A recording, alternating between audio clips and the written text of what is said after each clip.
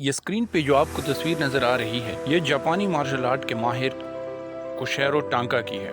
جب Soviet union نے افغانستان پر قبضہ کیا تو یہ جاپانی مارشل آرٹ کا ماہر یہ خبر سنتے ہی آپے سے باہر ہو گیا اور سن 1980 میں یہ غیر مسلم ہونے کے باوجود اپنا سب کچھ چھوڑ چھاڑ کر افغانستان میں سوویت یونین سے لڑنے پہنچ گیا۔ افغانستان آنے کے بعد اس نے سوویت یونین کے خلاف لڑنے والے افغانیوں کی تربیت شروع کر دی اور افغانوں کے ساتھ اگلے محاذ پر سوویت یونین سے لڑنے لگا۔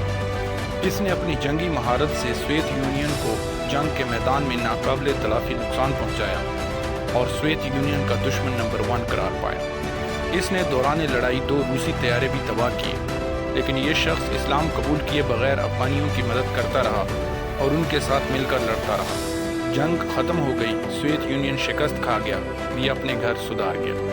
سن 1994 میں اللہ پاک نے اس کو کلمہ کی دولت نصیب کر دی اور اس مجاہد کا 80 سال کی عمر میں انتقال ہو گیا۔ اللہ پاک ان کو اعلیٰ مقام عطا فرمائے۔